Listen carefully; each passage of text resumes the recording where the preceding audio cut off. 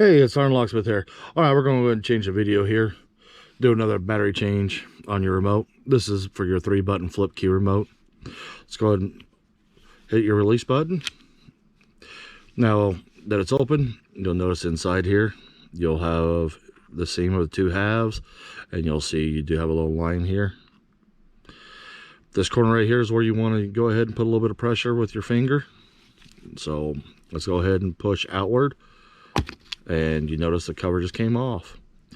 With that coming open, this battery in here is going to be your CR2032 battery. And we're going to see if we can do it with our finger. Sometimes it will let us, and this one did let us. So with that, I'll show you again. You push down on the battery, push towards this direction, and you notice the battery pops up. We are using new remotes on these videos, so we'll go ahead and just reinsert the same battery. Go ahead and put it in. You notice the battery didn't stay? I'll show you why. This is what you got to watch for. So go ahead and push it in, push down, and then slide it back. So you're going to push the battery so it gets under here. Then once it gets under, pull back on the battery so it latches under here. There's that little piece of plastic that's going to hold the battery down.